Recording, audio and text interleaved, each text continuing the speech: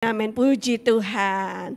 Ya, Bapak Ibu, saudara-saudari yang terkasih dalam Tuhan Yesus Kristus, salam jumpa kembali ya bersama saya Pastor Debbie Katarina di Anugerah Fellowship. Malam hari ini saya akan membawakan satu tema khotbah yang lumayan provokatif gitu ya.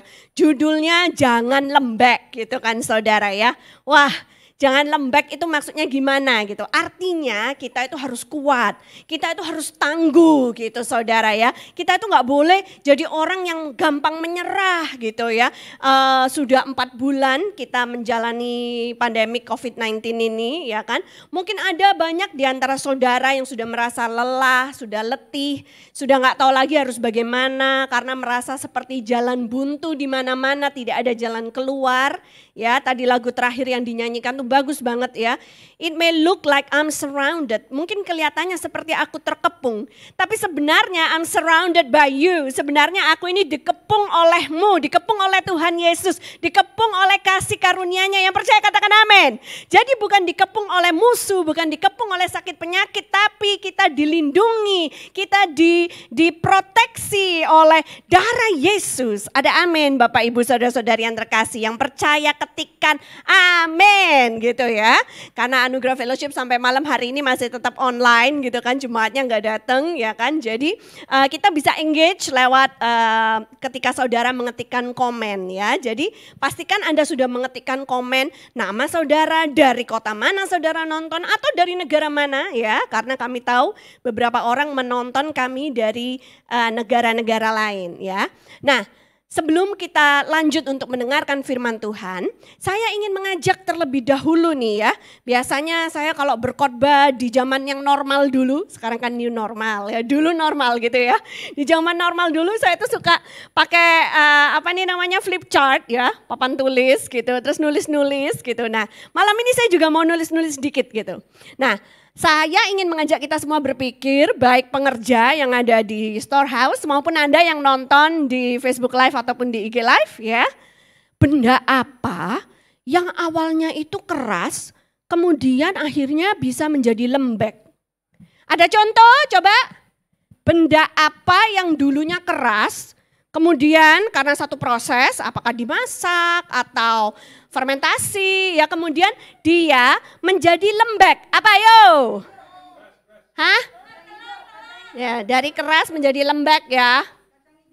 Kacang ijo, ya. Kacang ijo ini awalnya keras, terus kalau udah dimasak dia menjadi bubur kacang ijo gitu kan ya. Itu berarti yang lembek punya. Apa? Beras. Kalau beras awalnya keras ya kan, dimasak jadi nasi.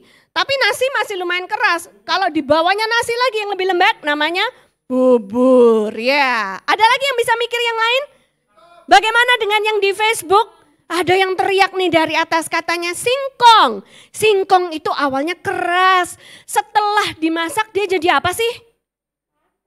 Oh iya, kalau difermentasi, kalau dikasih ragi, dia bisa menjadi tape. Oke? Ada lagi yang kepikir lainnya? Bagaimana yang nonton di Facebook atau di IG Live nih? Bisa ikutan loh. Apa? Kentang jadi apa? Kentang dimasak jadi mashed potato. Oke lah. Atau kentang lumat ya. Dari Facebook ada. Apa? Pisang dimasak jadi apa? Digoreng jadi keras.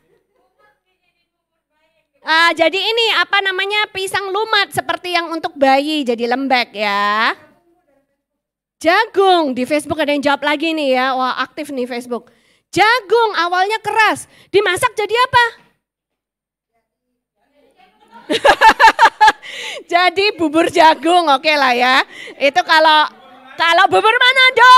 Nah, bubur Manado selalu ada jagungnya. Di Facebook ada yang jawab nih es balok. Terus lembeknya jadi apa? Air karena mencair gitu kan ya. Oke lah. Kira-kira Anda dapat konsepnya gitu ya. Nah, sekarang kita mau balik ke firman Tuhan ya.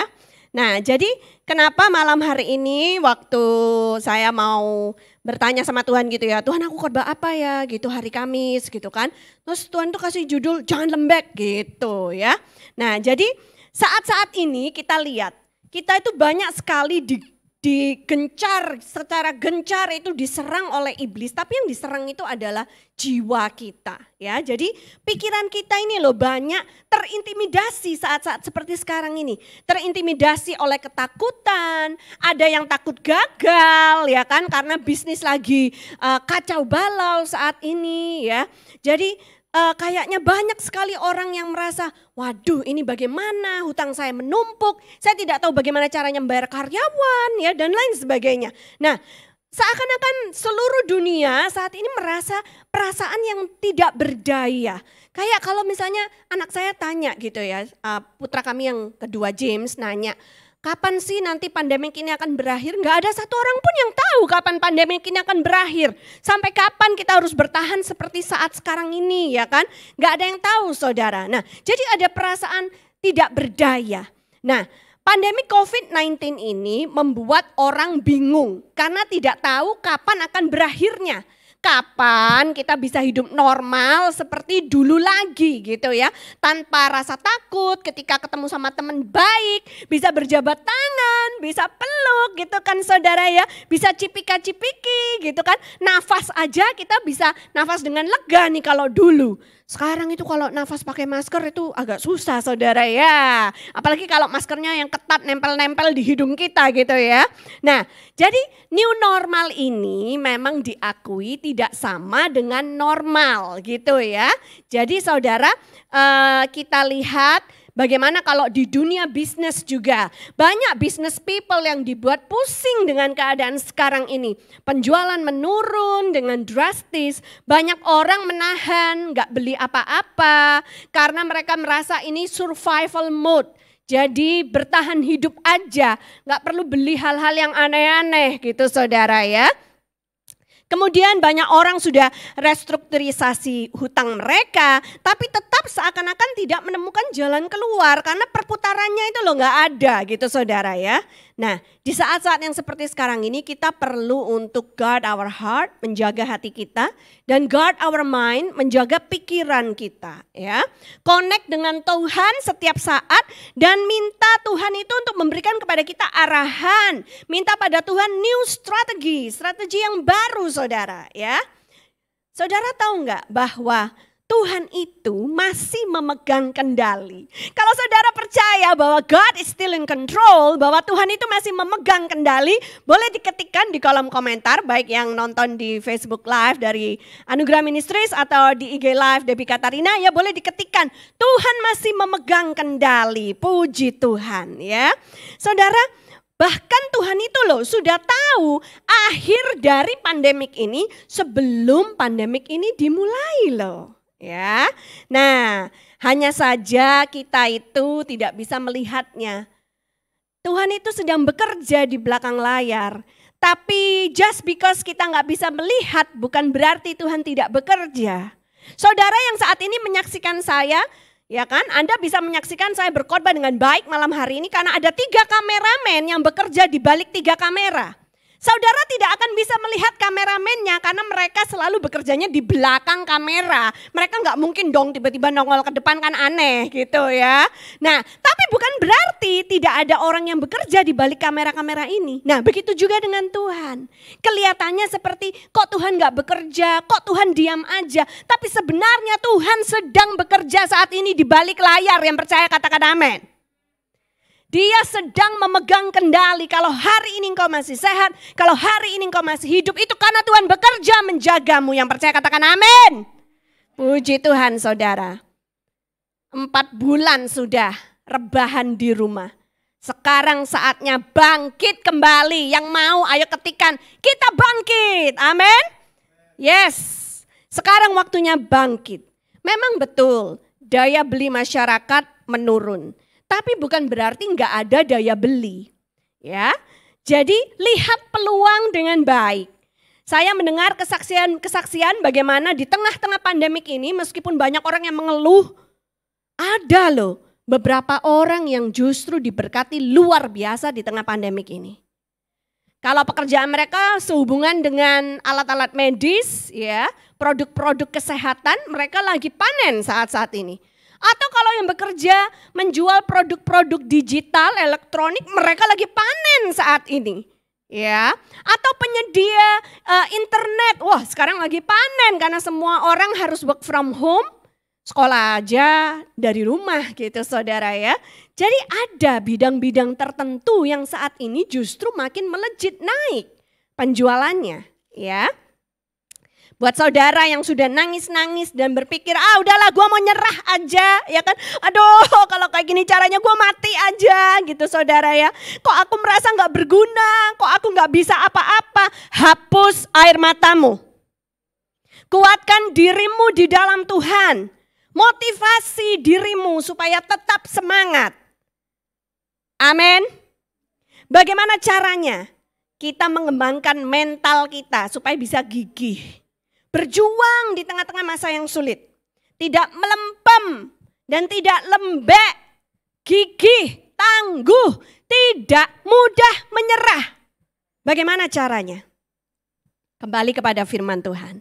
Poin yang pertama. Oke, poin yang pertama, kalau Anda nyimak boleh diketikkan di kolom komentar. Poin yang pertama adalah be strong. Tuh kayak fotonya hari ini. Dilarang lembek, be strong ya. Saudara, kita buka firman Tuhan. Ulangan 31 ayatnya yang ke-6. Ulangan 31 ayat yang ke-6 berkata demikian. Kuatkanlah dan teguhkanlah hatimu. Janganlah takut dan jangan gemetar karena mereka. Sebab Tuhan Allahmu, dialah yang berjalan menyertai engkau. Ia tidak akan membiarkan engkau dan tidak akan meninggalkan engkau. Perintah ini diberikan Tuhan melalui Musa kepada Yosua dan orang Israel sebelum Musa mati. Sebelum mereka harus melanjutkan perjalanan mereka dipimpin oleh Yosua untuk masuk ke tanah Kanaan. Bagaimana saat itu Tuhan tahu hati orang Israel, bahkan Yosua pun gak yakin gitu. Aduh gimana ya, bisa apa enggak nih ya kalau ditinggal mati sama Musa. Apakah kita akan bisa masuk ke tanah Kanaan? Karena ada banyak hal baru yang belum pernah mereka lihat sebelumnya. Ada hal-hal baru yang mereka gak tahu. Ada unknown territory yang harus mereka masukin saudara dan harus mereka rebut, yaitu tanah perjanjian. Nah saudara, mereka juga merasakan bagaimana musuh yang demikian banyak. Apakah mungkin mereka akan bisa menang gitu saudara ya. Bahkan kalau dengar dari laporan dari pengintai-pengintai itu banyak raksasa di tanah perjanjian gitu saudara ya. Nah firman Tuhan malam hari ini juga mengingatkan kepada kita. Kuatkan dan teguhkan hatimu. Guard your heart and guard your mind. Karena kalau kamu tidak menguatkan hatimu, kamu akan lumpuh dalam ketakutanmu. Saudara, kita itu diminta oleh firman Tuhan untuk punya ketangguhan. Tetap melakukan apa yang kita bisa, tentunya dengan memperhatikan protokol kesehatan yang ada saudara ya. Ayat yang tadi kita baca dari Ulangan 31 ayat 6 itu punya beberapa bagian. Bagian yang pertama adalah kuatkan dan teguhkanlah hatimu. Ya, jadi be strong, biarlah hatimu itu kuat. Lalu bagian yang kedua adalah jangan takut dan jangan gemetar karena mereka. Mereka di sini berbicara tentang musuh-musuh waktu itu orang Israel mau masuk ke tanah Kanaan. Tapi ayat ini juga bisa bilang sama kita di dalam keadaan kita yang sekarang. Jangan takut dan jangan gemetar karena pandemi COVID-19. Yang percaya katakan amin. Amin saudara. Biarlah firman Tuhan malam hari ini tuh menguatkan kita kembali. Jangan takut dan jangan gemetar. Kenapa Tuhan minta kita kuat?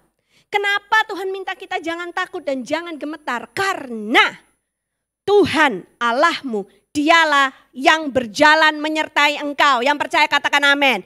Engkau tidak pernah dibiarkan. Engkau tidak pernah ditinggalkan oleh Tuhan. Itulah janji firman Tuhan yang sampai hari ini masih ya dan amin. Amin saudara. Nah, jadi saudara, jangan takut dan gemetar karena pandemik ini. Mungkin saudara takut melihat musuh yang lebih banyak, seakan-akan mengelilingi dirimu, ya kan virus-virus itu bertebaran di mana-mana, gak bisa dilihat dengan mata. Jumlahnya lebih banyak daripada kita yang seorang diri. Tapi saudara tahu, ada Yesus yang berjalan menyertai kita. Kita tidak dibiarkan dan kita tidak ditinggalkan sendirian. Wow. Yang percaya engkau boleh ketikkan, tidak ditinggalkan dan tidak dibiarkan. Amin saudara. Ini luar biasa loh saudara ya. Nah, tapi ada orang lagi yang bilang, aduh karena takut seperti ini ya udahlah, aku gak bisa berbuat apa-apa lagi, ya udahlah aku di rumah aja lah, ya udahlah mati aja lah. Ini mental lembek saudara. Masalahnya saudara, tadi kan kita di awal khotbah ini sudah ngomong. Ada barang yang awalnya keras kemudian ketika dimasak menjadi lembek atau melewati proses tersendiri. Ini adalah singkong. Pernah ngeliat singkong enggak? Singkong itu seperti ini modelnya. Ketika masih mentah, keras dia. Ya, ini dibuat mukul maling juga sakit saudara ya. Nah, keras dia ternyata saudara.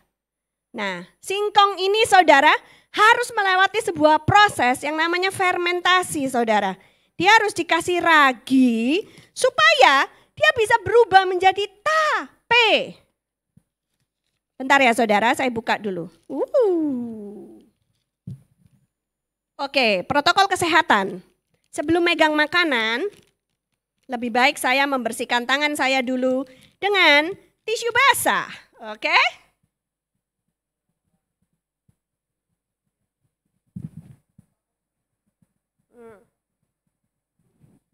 Bersih sudah tanganku, oke?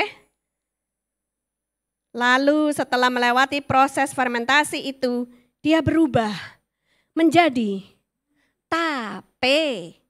Lihat, bisa dipencet, lembut, loh, bisa hancur, loh, dimakan.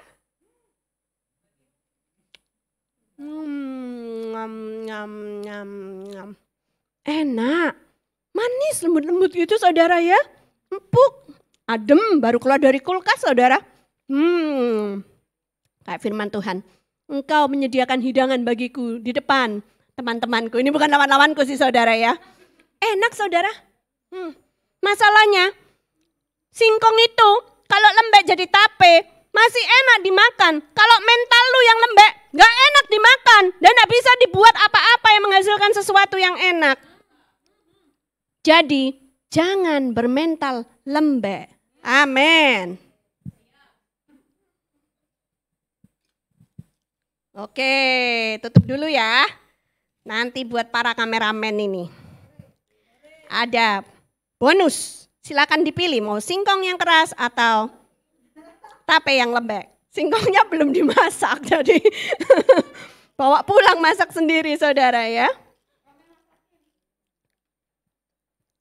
Saudara, oh ya ngomong-ngomong, hari Sabtu ini nanti saudara ya, Sabtu ini stay tune di IG dari Debbie Katarina, jam 11 siang ada acara masak bareng ya. Saya ngajak satu teman gitu, Meliana Dewi ya, dan kita akan masak salmon steak saudara. Kalau saudara tertarik mau masak-masak bareng, siapkan bahannya ya, salmon, kemudian sayurannya nanti kita akan bikin brokoli sama wortel, kemudian nanti kita akan juga bikin mashed potato untuk karbohidratnya ya. Kenapa saya bikin acara-acara begini? Well, selama pandemik ini saya banyak sekali sharing tutorial masak dan saya melakukan ini supaya semua orang, terutama wanita yang adalah istri dan ibu, supaya bisa memberikan makanan yang bernutrisi kepada keluarganya ya. Meskipun nggak bisa keluar rumah, nggak bisa makan di restoran, nggak apa-apa. Kalau ada wanita cakep di rumahmu, makanannya tetap enak gitu saudara ya. Jadi yuk Sabtu ini kita masak bareng-bareng ya. Sedikit intermezzo dari Debbie's Kitchen. Oke, nah kita lanjut ya saudara ya. Singkong yang keras tadi itu bisa berubah jadi apa ini tadi? Tape yang lembut, lembek dan enak itu. Karena ada ragi saudara ya. Saya jadi teringat gitu. Suatu hari Yesus pernah bilang sama murid-muridnya. Ya. Tuhan Yesus bilang, berjaga-jagalah dan waspadalah terhadap ragi orang Farisi dan orang Saduki, ya. Dan itu ditulis dalam Matius pasal yang ke-16 ayat 6. Kemudian ini kan aneh gitu, maksudnya apa? Ragi orang Farisi dan Saduki gitu ya.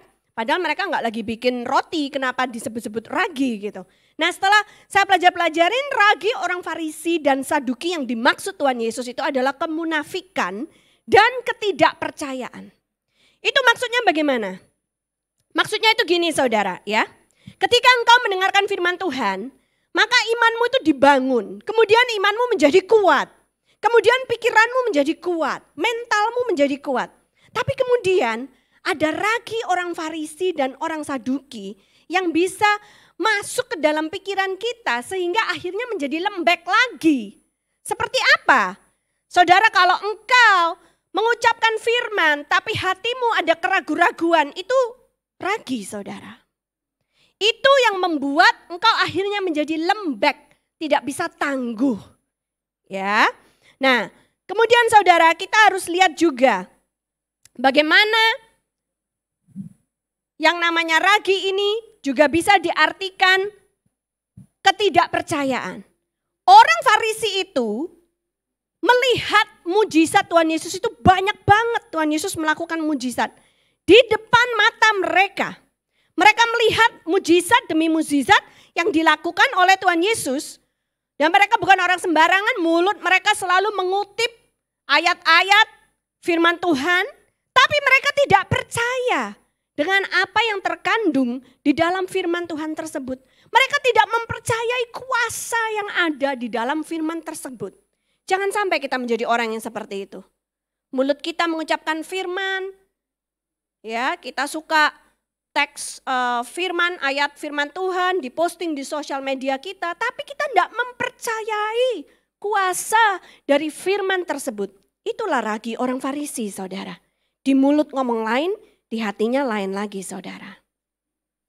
Kemudian yang berikutnya, meskipun mereka sudah melihat Yesus banyak melakukan mujizat, tapi tetap hati mereka tidak percaya kepadanya. Look at your life. Sekarang lihat hidupmu. Sudah berapa lama engkau hidup disertai oleh Tuhan? Sudah berapa banyak mujizat yang Tuhan lakukan di dalam hidupmu. Dari dulu engkau mengenal Tuhan sampai dengan hari ini. Percayalah bahwa hidupmu itu disertai oleh Tuhan seperti ayat yang tadi kita baca. Jangan sampai engkau tidak percaya bahwa Tuhan akan menyertaimu melewati pandemi COVID-19 ini. Saudara, ragi orang Farisi, mereka meminta tanda dari Tuhan. Tapi mereka mengeraskan hatinya. Hatinya itu penuh dengan ketidakpercayaan. Jangan sampai kita menjadi orang-orang yang seperti ini. Minta tanda sama Tuhan, tapi kita mengeraskan hati kita. Dikasih 1000 tanda pun kita tetap tidak percaya. Hari ini kalau kau mendengarkan khotbah ini, jangan kena ragi orang Farisi. Kuatkan dan teguhkan hatimu. Percayalah kepada Yesus bahwa engkau akan hidup dan hidupmu itu akan mempermuliakan namanya. Yang percaya katakan amin. Ketikan aku akan hidup untuk mempermuliakan nama Tuhan. Yang percaya katakan amin saudara ya. Bisnismu yang goyang saat ini Tuhan sanggup pulihkan. Atau memberikan bisnis yang baru. Just kuatkan and teguhkan hatimu. Jangan meragukan dia. Amin.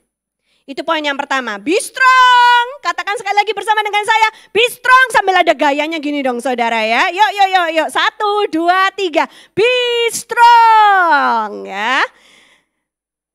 Kemudian poin yang kedua adalah never give up. Setelah Musa mati, kemudian Tuhan mengulang kembali pernyataannya itu kepada Yosua. Sebelum Yosua kemudian dilepaskan untuk memimpin bangsa Israel masuk ke tanah perjanjian. Kita lihat ayatnya di Yosua pasal yang pertama, ayatnya yang ke-9. Yosua pasal yang pertama, ayatnya yang ke-9. Bukankah telah kuperintahkan kepadamu, kuatkan dan teguhkanlah hatimu. Janganlah kecut dan tawar hati, sebab Tuhan Allahmu menyertai engkau kemanapun engkau pergi. Amin. Ternyata kuatkan dan teguhkan hatimu ini diulang-ulang loh sama Tuhan. Dari zaman sebelum Musa meninggal, sampai Joshua mau mengambil alih kepemimpinan, sampai Joshua mau berangkat menyeberang sungai Yordan, Tuhan harus mengulang-ulang perkataan yang sama. Kuatkan dan teguhkan hatimu. Hari ini Tuhan berbicara kepada saudara melalui lidah dan mulut saya. Tuhan berkata, kuatkan dan teguhkan hatimu. Jangan tawar hati, jangan kecut hati. Karena Tuhan menyertaimu. Yang percaya katakan amin. Ketikan, aku percaya Tuhan menyertaiku. Amin. Nah saudara, dari Tuhan memberikan perintah ini, kemudian Yosua mulai memimpin bangsa Israel masuk ke tanah perjanjian. Ada banyak rintangan yang harus dia hadapi di depan. Salah satunya adalah menyeberangi sungai Yordan. Yang kedua ada tembok Yeriko yang tinggi menjulang yang dia juga nggak tahu gimana caranya untuk mengalahkan atau menghancurkan tembok Yeriko. Hanya berserah kepada Tuhan. Kita sekarang juga mungkin nggak tahu gimana caranya kita akan keluar dari pandemik ini. Tapi kita hanya percaya ada Tuhan yang menyertai kita. Kemenangan itu akan diberikan ke tangan kita. Yang percaya katakan amin saudara. Lalu saudara, Yosua pun berhasil tuh ya.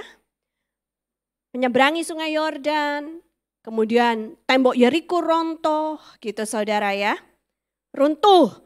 Kemudian saudara, salah ngomong ya, rontoh apa ya rontoh? Rontoh itu perpaduan antara roboh dan runtuh menjadi rontoh saudara ya. Maafkan saya, gitulah ya. Kadang-kadang pembicara itu juga ada momen-momen blank gitu. Terus berbuat kesalahan gak sadar gitu saudara ya. Tapi yang kali ini sadar. Ya saudara, nah tapi kemudian setelah tembok Yeriko runtuh, ada satu kegagalan yang pernah dialami oleh Yosua. Pada saat itu kegagalan merebut kota Ai. Pengintai yang dikirim oleh Yosua bilang gini, oh jumlah mereka dikit kok, gak sebanyak orang-orang di Yeriko. Jadi Yos gini aja, gak usah merepotkan semua umat ya kan. Lebih baik mereka suruh istirahat di rumah, lu kirim sedikit aja cukup, pasti menang punya katanya gitu saudara. Maka kali ini Yosua juga lengah. Dia tidak mencari Tuhan, dia nggak tanya strategi sama Tuhan ya. Karena sudah merasa di atas angin, Yeriko aja bisa kita kalahkan, apalagi Ai cuman kecil gitu saudara ya. Maka Yosua menuruti nasihat dari pengintai-pengintai yang dia kirim itu, Yosua hanya mengirimkan 3.000 pasukan saudara ya. Nah, kemudian apa yang terjadi saudara? Yang terjadi mereka kalah. Salah satunya juga karena ada satu anggota pasukan yang melanggar perintah Tuhan. Tuhan sudah bilang, nanti dari hasil jarahan yang mengandung emas, perak, besi, tembaga itu harus dikhususkan untuk Tuhan. Nah rupanya ada seseorang yang bernama Achan, itu dia tertarik untuk ngambil beberapa barang-barang emas itu saudara ya. Maka itu merupakan kekejian di mata Tuhan karena sudah dikasih perintah tapi melanggar gitu saudara. Jadi makanya ketika saat itu mereka menyerang kota Ai, Tuhan tidak menyertai mereka. Lalu apa yang terjadi saudara? Mereka kalah. Yang lucunya adalah Alkitab mencatat ketika mereka lari terbirit-birit dari kota Ai. Dari 3.000 pasukan itu yang mati itu 36 orang. Sebenarnya 36 orang itu dikit banget kalau dibandingin 3.000 pasukan. Tapi itu pun sudah sempat membuat mental mereka down. Termasuk Yosua. Dia lalu datang kepada Tuhan, Tuhan bagaimana ini? Apa yang harus kami lakukan? Kenapa Tuhan membawa kami menyeberangi sungai Yordan? Merebut Yeriko, tapi sekarang kalah dengan Ai, ya kan? Tahu gitu kami nggak usah nyebrang Tuhan. Apakah kami akan dibantai oleh musuh di kota Ai ini? Kemudian Tuhan mengingatkan lagi sama Yosua, bangkit.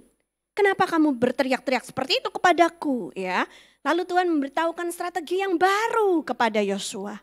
Saudara, itulah mungkin yang saat ini terjadi pada kita. Ada kekalahan yang sedang kita hadapi. Ada setback, ada kemunduran. Tapi bukan berarti kita tidak akan bisa menang kembali. Ya, nanti akan saya bahas kembali kelanjutannya bagaimana kisah dari Yosua ini. Jadi kalau hari ini engkau mengalami kegagalan, don't give up. Ya, jangan menyerah. When you fail, get up and try again or try something new. Kalau engkau mengalami kegagalan, bangkit, coba lagi atau coba sesuatu yang baru. Ingat saudara, kegagalan itu adalah keberhasilan yang tertunda. Saat mengalami kegagalan itu adalah saat di mana kita bisa bertanya sama Tuhan. Introspeksi diri, salahku di mana Tuhan? Apa yang harus kurubah? Kemudian bangkit dan coba lagi saudara, atau coba yang lain. Saudara, saya akan membagikan informasi bahwa bumi kita ini sudah pernah melewati beberapa pandemik. Jadi pandemik COVID-19 ini bukan satu-satunya yang pernah dialami oleh bumi. Mungkin karena umur kita baru sekali ini ngalamin pandemik, tapi kalau kita lihat ya, ini data dari mphonline.org saudara ya, bahwa bumi ini pernah mengalami flu pandemik tahun 1968. Ini yang paling baru saudara ya. Dan tingkat kematiannya 1 juta jiwa. Disebabkan oleh influenza. Flu itu loh saudara. Awalnya dari Hong Kong menyebar ke Singapura, Vietnam, Filipina, India. Sampai ke Australia, Europe dan US. Saudara, di tahun 1968 obat-obatan mungkin tidak sebaik sekarang. Jadi makanya influenza saja bisa membunuh begitu 1 juta orang, begitu banyak orang ya. Kemudian kita mundur lagi. 1956 sampai 1958 perlu 2 tahun untuk pandemik yang satu ini selesai. Namanya Asian flu, lagi-lagi flu Asia. Tingkat kematiannya 2 juta jiwa. Penyebabnya sekali lagi influenza. Menyebar mulai dari China ke Singapura, Hong Kong sampai ke US.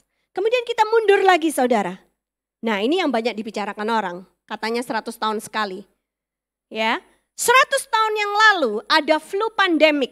Di tahun 1918 sampai 1920 perlu waktu 2 tahun untuk mentas. Tingkat kematiannya 20 sampai 50 juta jiwa. Penyebabnya influenza. Dan saudara tahu ini menyebar sampai ke seluruh belahan bumi.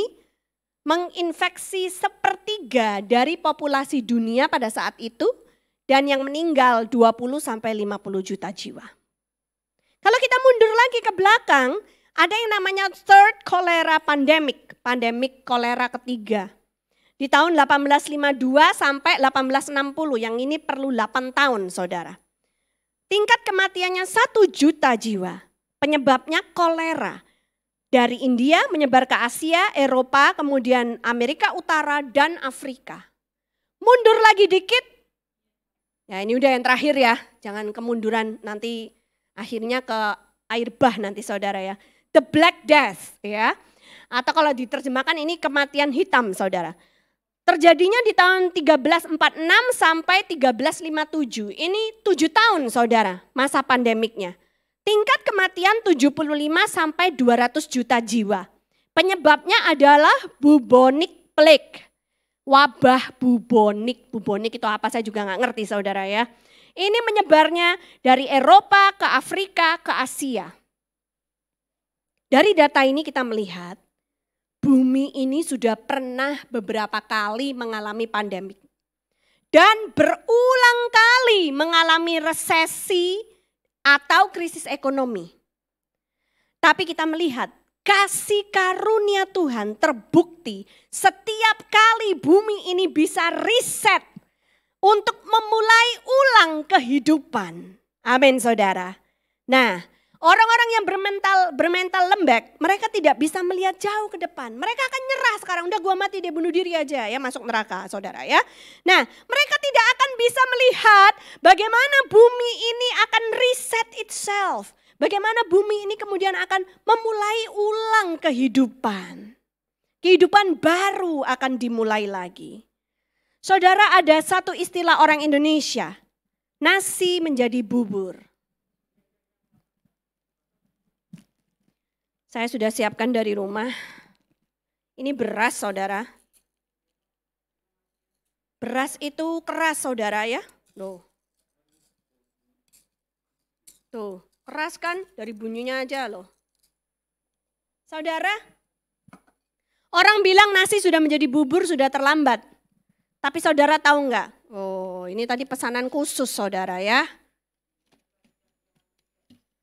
Bubur yang lembek itu saudara, kalau dikasih bumbu jadinya enak saudara ya. Ini tadi pesan bubur Hongkong saudara, bentar ya. Oh ya, lap dulu sama tisu basah. Protokol kesehatan, jangan lupa saudara ya. Tidak boleh lengah, new normal tidak sama dengan normal. Oke, mau megang makanan bersihkan dulu tangannya. Aduh. Buka dulu ya simpulnya. Ya, agak susah ini bukanya ya. Aduh. Bisa minta asisten? Oh bisa, oke, puji Tuhan. Tuh, lihat saudara.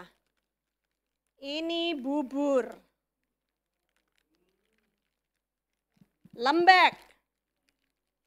Tapi dia sudah dikasih ayam. Ada udangnya yang merah-merah. Yang lapar maaf ya.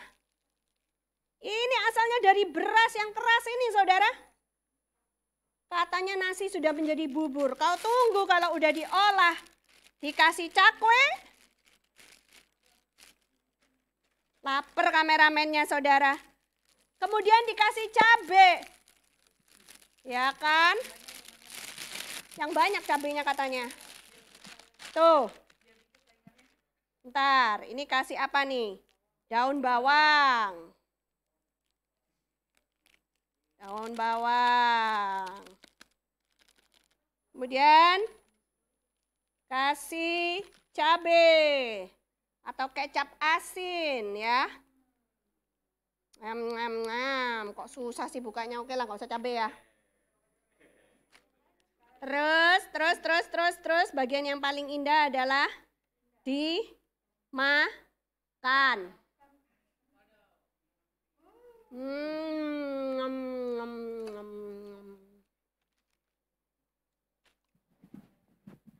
Cuman Pastor Debbie yang bisa makan di depan kamera.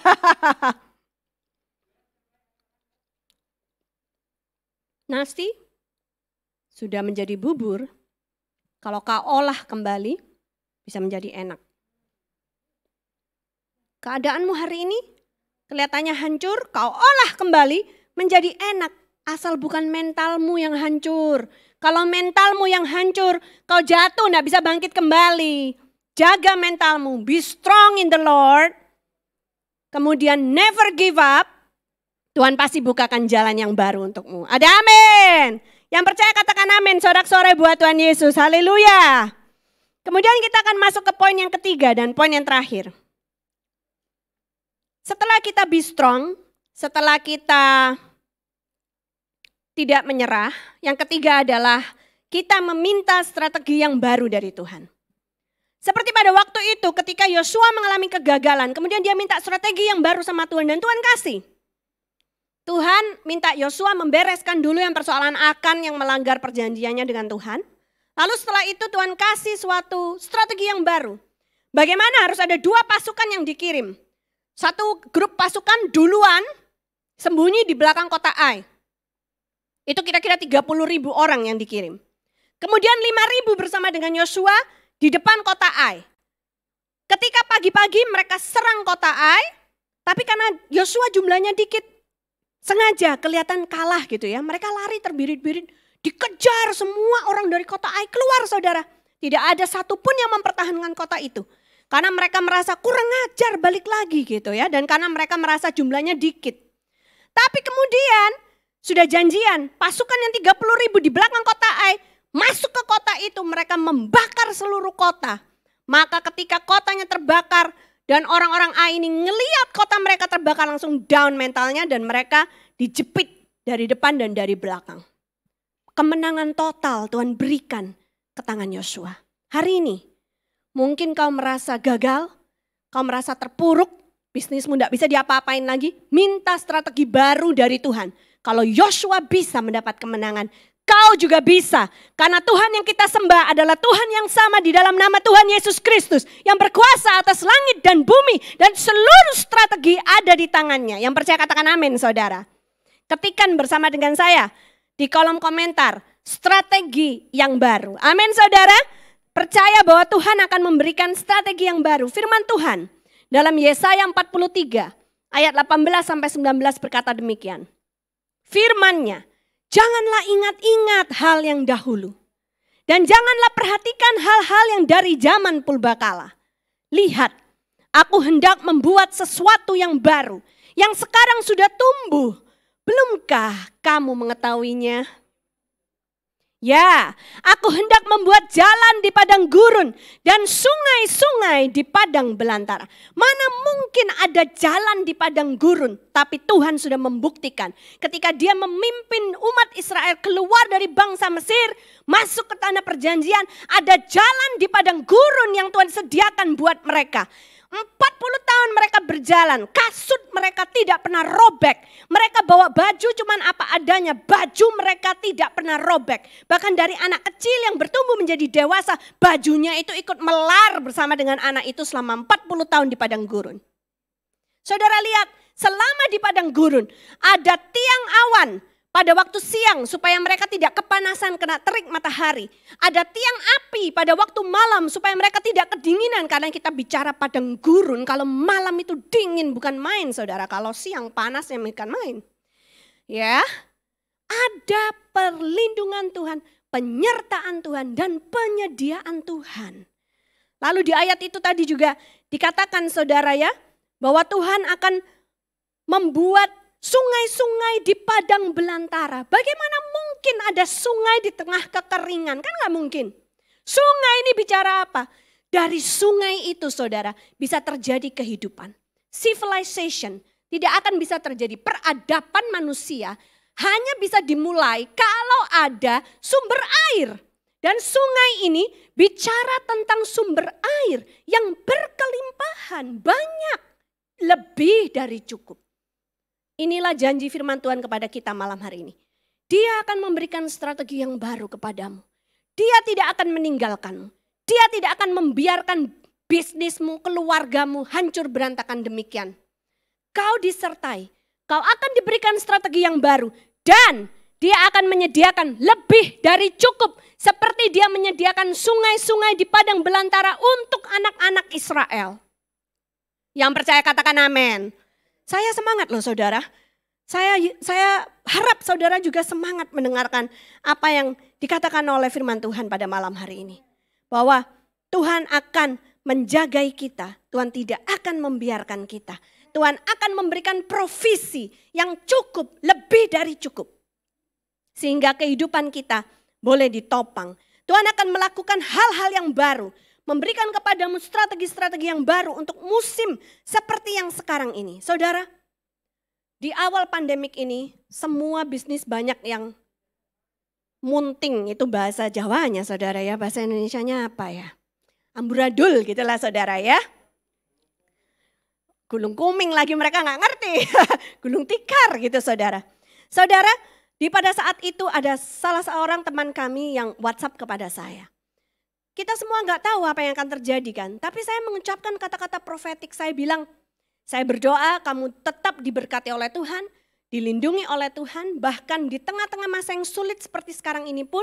Kamu akan mengalami promosi dari Tuhan. Saudara, kalau saya ngomong gitu kepada saudara. Apa responmu terhadap firman Tuhan yang keluar dari mulut saya? Apakah kau mengamininya? Tapi kemudian sedetik kemudian kau meragukannya. Kalau kau meragukannya, kau tidak akan mendapatkannya. Teman saya itu saudara yang saya doakan, dia mengaminkannya dan dia tidak meragukannya. Dan benar-benar terjadi saudara. Ya, bagaimana Tuhan mempromosikan dia justru di masa-masa yang sulit seperti sekarang ini. Ya, dan baru saja dia juga mendonasikan sebagian dari keuntungan yang dia dapatkan itu untuk program Adikku Sayang supaya bisa dilanjutkan, saudara. Ini musim pandemik seperti sekarang ini, banyak sponsor Adikku Sayang terpengaruh bisnisnya. Sehingga kami pun harus mengevaluasi ulang berapa banyak anak yang nantinya bisa kami pertahankan untuk masuk ke tahun ajaran yang baru ini, saudara. Mungkin akan terjadi penurunan yang drastis, tapi seakan-akan Tuhan mau bicara kepada saya dan Pastor Daniel, jangan takut, kuatkan dan teguhkan hatimu. Karena Tuhan masih menyertai kita sampai dengan hari ini, saudara. Dan kami percaya kalaupun jumlah anaknya harus berkurang, dari jumlah yang sedikit itu pun Tuhan sanggup untuk melipat gandakannya. Yang percaya katakan amin. Oh, saya amin duluan, saudara ya. Puji Tuhan, saudara. Jadi saudara, percayalah Tuhan sanggup melakukan hal-hal yang baru. Tuhan sanggup memberikan strategi-strategi yang baru untuk hidupmu, keluargamu, bisnismu. Dalam nama Yesus, kau terima saat ini dalam nama Yesus. Kalau sekarang saudara, banyak di antara kita harus terpaksa tinggal di rumah. Jadikan momen-momen istirahat ini sebagai selah kita. Di mana kita minta sama Tuhan arahan yang baru. Minta sama Tuhan hikmat yang baru. Berdoa, minta tuntunan Tuhan. Strategi yang baru. Setelah itu maju lagi, coba lagi. Jangan pernah menyerah. Amin. Amin saudara. Seperti lagu itu loh saudara yang bilang ku tak akan menyerah pada apapun juga. Sebelum ku coba semua yang ku bisa, tetapi ku berserah kepada kehendakmu. Hatiku percaya Tuhan punya rencana. Amin saudara. Haleluya. Kemuliaan buat Tuhan Yesus. Di ruangan ini saudara nggak sampai 10 orang. Tapi saya khotbah seakan-akan 1000 orang lagi nonton saya. Dan saya khotbah seakan-akan ada 1000 generasi yang mendengarkan saya. Dan saya sungguh yakin, terlampau yakin, kita pasti keluar dari pandemik ini berkemenangan. Hari ini yang kau menangis, engkau akan keluar dari pandemik ini bersuka cita. Hari ini yang kau merasa berada dalam puing-puing kehancuran, debu-debu kehancuran, percayalah Tuhan sanggup merubahkan kehancuranmu itu menjadi indah di dalam Tuhan. Amin saudara. Saya undang suami saya untuk berdoa penutup buat kita semua.